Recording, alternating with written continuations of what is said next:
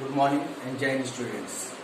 आज हम एक नया टॉपिक स्टार्ट करेंगे। हिस्ट्री का इसका नाम है the making of global world, क्योंकि ऑलरेडी हम जो हैं आपके ज्योग्राफी, सिविक्स और साथ ही साथ इकोनॉमिक्स के एक चैप्टर कंप्लीट कर चुके हैं। तो आज जो है हिस्ट्री का जो चौथा सेक्शन है आपके सोशल साइंस का, उसका पहला chapter the making of global world start करने जा रहे हैं। तो ठीक है, तो सबसे पहले हम ये समझेंगे इस चैप्टर में कि what is the meaning of global. Global होता क्या है ना। ग्लोबल आप लोग कई बार ये जनरल वे में इस नाम को सुना होगा कि now this world has become a global world, दुनिया ग्लोबल बन चुकी है। एक्चुअली द ग्लोबल वर्ल्ड की मीनिंग क्या है? ग्लोबल वर्ल्ड का मतलब हो गया ग्लोबल की जस्ट वैश्विक जिंदगी, वैश्विक दुनिया, यानी कि जहाँ पे ऐसी एक दुनिया बन चुकी है जस्ट लाइक ए फैमिली, है ना। अब फैमिली में क्या होता है? फैमिली में जो लोग रहते हैं, जो फैमिली मेंबर्स होते हैं, हम उनके दुख सुख, उनके इमोशंस को उनके साथ रहते हैं, उनके रहन सहन को जानते हैं, दूसरे की कमियों को जानते हैं, दूसरे की अच्छाइयों को जानते हैं, है ना। तो कहीं ना कहीं जो फैमिली मेंबर्स होते हैं आज, है ना, तो आज पूरी दुनिया जो है जस्ट लाइक एक फैमिली हो गई है। क्योंकि आज पूरी दुनिया में क्या हो रहा है हर किसी को पता है ना। उनके जो फूड बहुत सारे डिफरेंट फूड आइटम्स हैं जो हम उनका यूज कर रहे हैं। जैसे नूडल्स हमारा फूड आइटम नहीं था, है ना, टी हमारा जो है बेवरेज नहीं था। ऐसी बहुत सारी चीजें हैं जो वेस्टर्न कंट्रीज की थी और दूसरे देशों की, उसको हम यूज कर रहे हैं। कपड़े, बहुत सारे वेस्टर्नाइज कपड़े हम पहनते हैं, है ना। और उसी तरह पूरी दुनिया हमारी चीजों को भी एक्सेप्ट करती है। तो कहीं ना कहीं पूरी दुनिया आज global just like a family हो चुकी है, ठीक है। तो उससे सबसे पहले इस चैप्टर को स्टार्ट करने से पहले हम बात करेंगे कि व्हाट इज ग्लोबलाइजेशन, है ना। ग्लोबलाइजेशन क्या है? The movement of people. Movement मैंने अंडरलाइन यहाँ पे किया हुआ, मूवमेंट याद रखिए, मूवमेंट मतलब मूव करना, एक जगह से दूसरी जगह जाना। किसका जाना? द पीपल ऑफ पीपल, लोगों का आना जाना, है ना। गुड्स, सामानों का आना जाना, एंड सर्विसेज, और सेवाओं का आना जाना। Is has been termed across the nation. दुनिया एक देश से दूसरे देश का, यानी कि एक देश से दूसरे देश लोगों का आना जाना हो, या सामानों का आना जाना हो, या सर्विसेज नॉलेज का आना जाना हो, इस टर्म को हम क्या कहते हैं? Has been termed as globalization. इसी बात को हम ग्लोबलाइजेशन कहते हैं। अब सवाल ये उठता है कि लोग क्यों एक देश से दूसरे देश जाएंगे, या क्यों जाया करते थे? क्या ये लोग जो आज हम जो चीजों को दे रही हैं, क्या सामान हमारा एक्सपोर्ट इंपोर्ट हो रहा है से शुरू हुआ है? क्या लोग आज से पहले जब हमारे पास गाड़ियां नहीं हुआ करती थी, जब मॉडर्न मीन्स ऑफ ट्रांसपोर्टेशन नहीं हुआ करता था, जब आपके पास एरोप्लेन्स नहीं थे, शिप्स नहीं थे, तो क्या लोग एक देश से दूसरे देश नहीं जाया करते थे? तो भी उस समय भी जाया करते थे। ये परंपरा, ये जो सिस्टम है, ये प्री मॉडर्न एरा में भी थे कि आज से हजारों साल पहले ये चीजें हुआ करती थी। सवाल ये उठता है कि लोग उस समय क्यों जाया करते थे, ठीक है। तो जो आज का सिस्टम, आज एक देश से दूसरे देश क्यों लोग जाते हैं? आज क्यों जाते हैं? या तो एज ए ट्रेडर बिजनेस करने के लिए जाते हैं, उस समय लोग बिजनेस करने के लिए जाया करते थे। प्रीस्ट, बहुत सारे ऐसे धर्मगुरु हुआ करते थे जो आज भी धर्मगुरु हैं, जो अपने धर्म का प्रचार करने के लिए एक देश से दूसरे देश जाया करते थे। पिलग्रिम्स, या बहुत सारे ऐसे पिलग्रिम, बहुत सारे ऐसे, जैसे बहुत सारे, अगर आपको मान लीजिए कि आपको जो बौद्धिस्ट धर्म के हैं और उनको कोई दर्शन करना है तो बौद्ध गया आना पड़ेगा, क्योंकि यहीं पे है महात्मा बुद्ध का जन्म हुआ था। तो अगर कोई बौद्ध, चाइना बौद्धिस्ट कंट्री है और उनको ये लगता है कि मैं उस जगह पे जाना चाहता हूँ जहाँ हमारे जिस धर्म को मानते हैं संस्थापक महात्मा बुद्ध का जन्म हुआ था, तो उसको कहाँ आना पड़ेगा? इंडिया आना पड़ेगा, ठीक है। उसका शायद जिसको पता होगा कि इस्लाम धर्म का उदय का हुआ था अरब कंट्रीज में हुआ था, मक्का मदीना, वहां उनको जाना पड़ेगा, जाते हैं लोग घूमने के लिए। तो पिलग्रिम यानी कि तीर्थ करने के लिए भी लोग आया जाया करते थे। नॉलेज के लिए, नॉलेज के लिए भी लोग जो है जाते हैं। बहुत सारे लोग जो है अपने नॉलेज को प्रचार करने के लिए, या दुनिया में बहुत चीजों को सीखने के लिए, जो स्कॉलर्स होते हैं वो अपने ज्ञान का प्रचार करने के लिए, और बहुत सारे लोग सीखने के लिए भी एक जगह से दूसरी जगह जाते हैं। जॉब, है ना। आज जैसे बहुत सारे लोग हमारे जो एनआरआई ब्रदर्स हैं, सिस्टर्स हैं, वो दूसरे देशों में जाकर जॉब करते हैं, या बहुत सारे कुछ देशों के, जैसे नेपाल के लोग, भूटान के लोग, है ना, बहुत सारे जो पाकिस्तान के लोग, बहुत सारे लोग इंडिया में आकर काम करते हैं। तो कहीं ना कहीं जॉब के लिए उस समय भी लोग इसी वजह से जाया करते थे। स्प्रेड रिलीजन, धर्म का प्रचार करने के लिए, है ना, धर्म का प्रचार करने के लिए भी लोग आया जाया करते थे। इसके अलावा स्केच पर्सिक्यूशन, या जब किसी देश में अत्याचार हुआ करता था तो उस अत्याचार से बचने के लिए भी, जैसा हिटलर ने जर्मनी में किया, वहां पे जब उसने ज्यूज को मारना शुरू किया तो लाखों की संख्या में ज्यूज ने अपने देश को छोड़ के कहीं और दूसरे देशों में उन्होंने शरण ली, ठीक है। जैसे अभी आपने देखा रोहिंग्या का हुआ, बर्मा में हुआ, ठीक है ना, म्यांमार में, तो क्या हुआ वहां से बहुत सारे रोहिंग्या भग के आपके इंडिया में और दूसरे देशों में जाकर वहां शरण ली। तो क्या हो गया, ये भी एक तरह से मूवमेंट हुआ। तो इन वजह से मूवमेंट तब भी हुआ करता था और आज भी। लेकिन सवाल ये उठता है कि उस समय क्या मूवमेंट करना इतना आसान था, क्योंकि उस समय आपके मॉडर्न मीन्स ऑफ ट्रांसपोर्टेशन नहीं थे। मैं जब बात हजारों साल पहले की बात कर रहा हूँ, उस समय आपके पास एरोप्लेन्स नहीं थे, उस समय आपके पास रेलवे नहीं था, उस समय आपके पास बस नहीं थी, कार नहीं थी, कुछ भी नहीं, रोडवेज था, नहीं एयरवेज था, नहीं वाटरवेज था, है ना। वाटरवेज था सबसे पहला, जो अगर कोई मीन्स ऑफ ट्रांसपोर्टेशन था तो वाटरवेज था। लेकिन वाटरवेज में उस समय आज का जो मोटर सिस्टम जो आपके वाटरवेज थे ये नहीं थी, बल्कि जो उस समय के ट्रेडिशनल जो वाटरवेज जिसको नाव कहते हैं, बोट कहते हैं, वो हुआ करते थे, ठीक है। लेकिन उस समय या तो लैंड रूट था, वो देश जो एक दूसरे से लैंड कनेक्टेड थे, तो लोग एक देश से दूसरे देश जो है बाय लैंड जो है जाया आया करते थे, सामानों का एक्सपोर्ट इंपोर्ट किया करते थे, या दूसरे जो रीजन हमने देखा जाया करते थे। उसमें जो सबसे फेमस उस समय था वो था आपका silk route. Silk route 5th century से लेके 15th सेंचुरी, 5th सेंचुरी से 15th सेंचुरी तक ये सिल्क रूट बहुत ही फेमस हुआ। अब आप इस मैप के थ्रू देखें, इस मैप में मैंने डिजाइन किया हुआ ये इंडिया है, तिब्बत, वियतनाम, जावा, सुमात्रा, चाइना, ठीक है, Egypt, Africa, Arab countries, Afghanistan and Mongolia, ये मंगोलिया, ठीक है। मुझे वर्ल्ड का तो नहीं है, लेकिन मैं केवल आपको इसका नक्शा साउथ ईस्ट एशिया का, ठीक है, और साथ ही साथ अरब कंट्रीज का, और कुछ पार्ट जो है आपका जो आपका ईस्ट पार्ट है अफ्रीकन कंट्री, तो मैंने थोड़ा सा यहाँ दर्शाया हुआ है।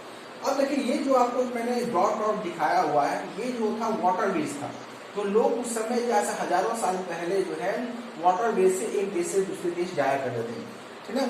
अब वाटरवेज में जैसे मैंने कहा उस समय जो है, उस समय ट्रेडिशन जो बोट हुआ, जो आज भी बोट ट्रेडिशनली जो पुराने जो हाथों से जिसको चलाया जाता है वो हुआ करता है, या याक हुआ करता था।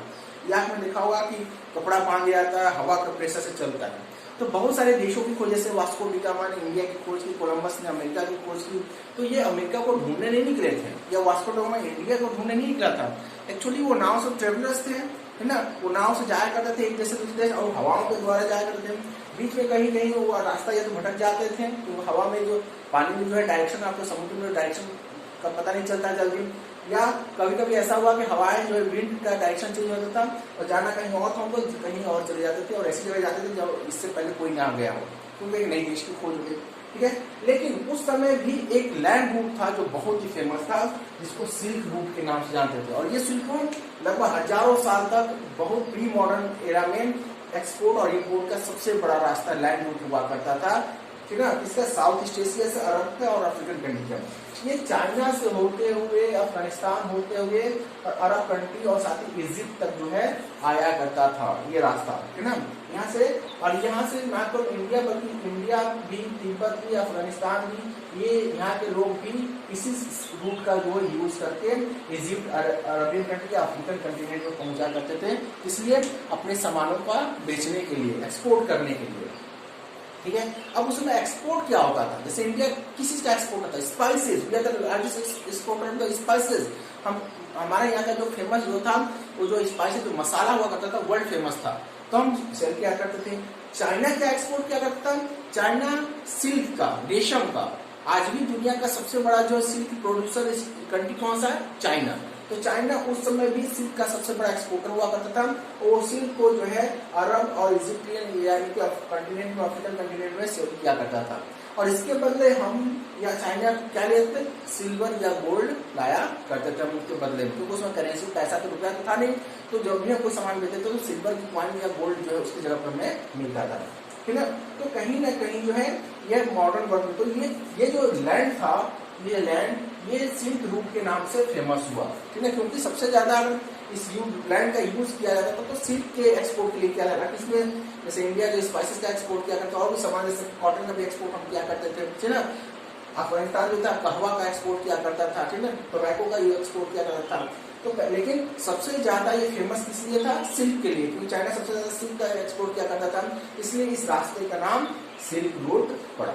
फिर तो क्वेश्चन आता है सिल्क रूट क्या था, क्वेश्चन आएगा आप 1 नंबर का, तो सिल्क रूट क्या होगा, 2 नंबर का। तो बताएंगे कि सिल्क रूट जो है चाइना से जो आके अरबियन कंट्रीज और अफ्रीकन कंटिनेंट में एक लैंड रूट था, जिसमें जो है एक्सपोर्ट इंपोर्ट हुआ करता था, और चूंकि उस रास्ते से चाइना सबसे ज्यादा सिल्क का एक्सपोर्ट किया करता था इन देशों कंटिनेंट को, इसलिए उस रास्ते का नाम सिल्क रोड पड़ा। क्लियर? अब देखिए हमने बात किया कि किस तरह से ये सारी चीजें जो एक्सपोर्ट इंपोर्ट होती है, नॉलेज भी एक्सपोर्ट इंपोर्ट हो रहा है, रिलीजन भी जा रहा है, यानी कि सर्विसेज जा रही हैं, गुड्स हमने डिस्कस किया किस तरह से जा रहा था, मसाले जा रहे थे, एक्सपोर्ट इंपोर्ट पहले हुआ करते थे, आज भी होते हैं, है ना। इसके अलावा हम बात में के पीपल लोग भी जाया करते थे। अब उसी में से कुछ फूड आइटम्स को लेते हैं कि आज जो हम अपने डेली बेस्ड लाइफ में जो हम फूड आइटम्स यूज करते हैं, जैसा नूडल्स, क्या नूडल्स हमारे यहाँ का ओरिजिनल फूड आइटम है? Answer is no. चाय, टी, कॉफी, क्या हमारा बिहेवियर है? आंसर इज नो, है ना। पोटैटो जो खाते हैं आलू, क्या हमारे यहाँ का है? आंसर इज नो, है ना।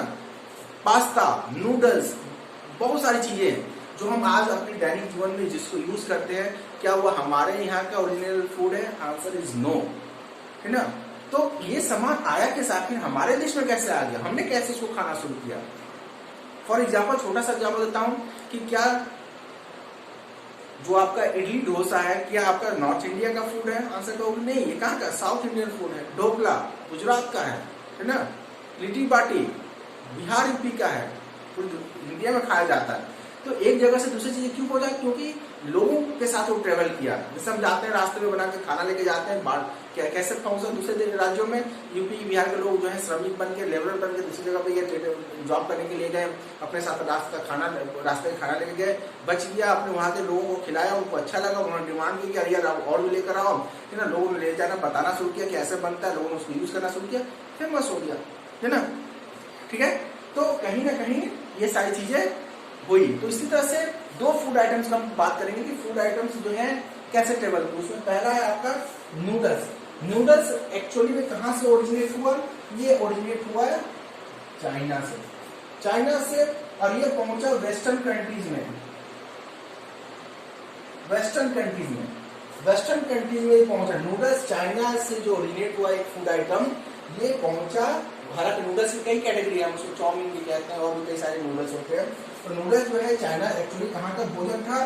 चाइना का। लेकिन ये वेस्ट कंट्रीज में भी फेमस हुआ, और वेस्ट कंट्रीज में भी किस नाम से फेमस हुआ? स्पैगेटी के नाम से फेमस हुआ, है ना। वेस्ट कंट्रीज में यानी कि यूरोपियन कंट्री चले जाएंगे तो वहां पर नूडल्स की स्पैगेटी कहा जाता है। तो वहां पर जाकर वो स्पैगेटी के नाम से फेमस हुआ। पास्ता कहाँ का फेमस है? अगर मैं आपसे क्वेश्चन लूंगी दुनिया में पास्ता कहाँ का फेमस है, तो आपका आंसर होगा इटली का। इटली का पास्ता वर्ल्ड फेमस है। लेकिन क्या इटली पास्ता जो है एक्चुअली जो है इटली का ओरिजिनल फूड आइटम है? Answer is no. पास्ता जो है कहाँ से ओरिजिनेट हुआ?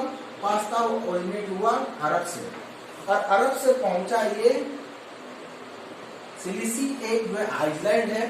सिलिसी अरब कंट्री से सिलिसी एक आइलैंड पर पहुंचा। ये एक आइलैंड है।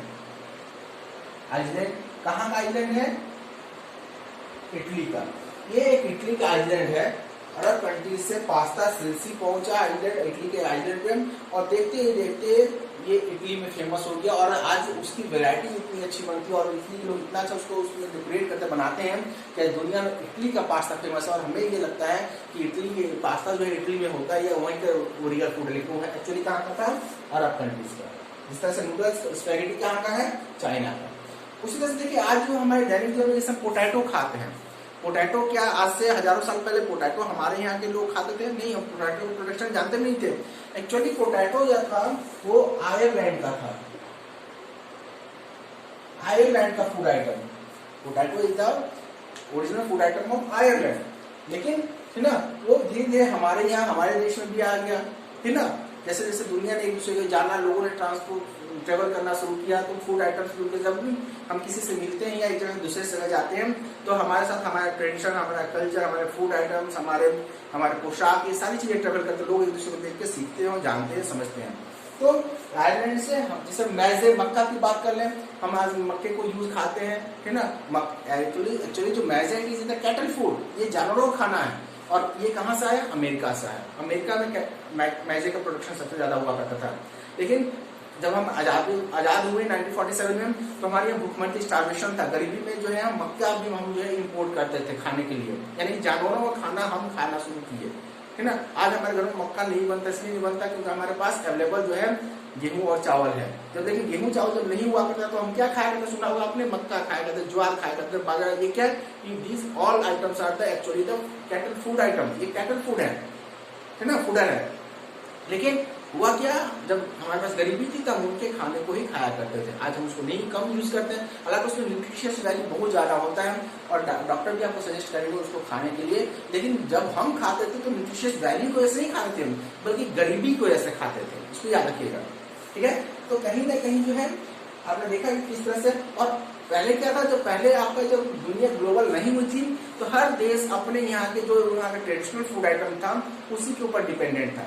और कभी कभी कंडीशन इतनी वर्ष हुआ करती थी कि अगर उसका प्रोडक्शन नहीं हो रहा था तो लोग भूखे मरते थे। जैसे 1840 में आयरलैंड में जो वहाँ का क्या, मैंने क्या क्या कहा, वहाँ पे पोटैटो वहाँ का फेमस था। वहाँ का जो आइटम था, जो सब्जी थी वो पोटैटो था, या पोटैटो ही सबसे ज्यादा खाया था उनके खाने में, है ना।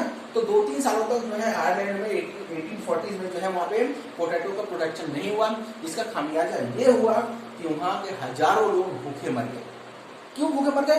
क्योंकि उनके पास दूसरा ऑप्शन नहीं था, वो उसी के ऊपर डिपेंडेंट थे और कोई फूड आइटम वो ग्रो नहीं करते थे और दुनिया से कनेक्टेड थे नहीं कि एक्सपोर्ट इम्पोर्ट हो।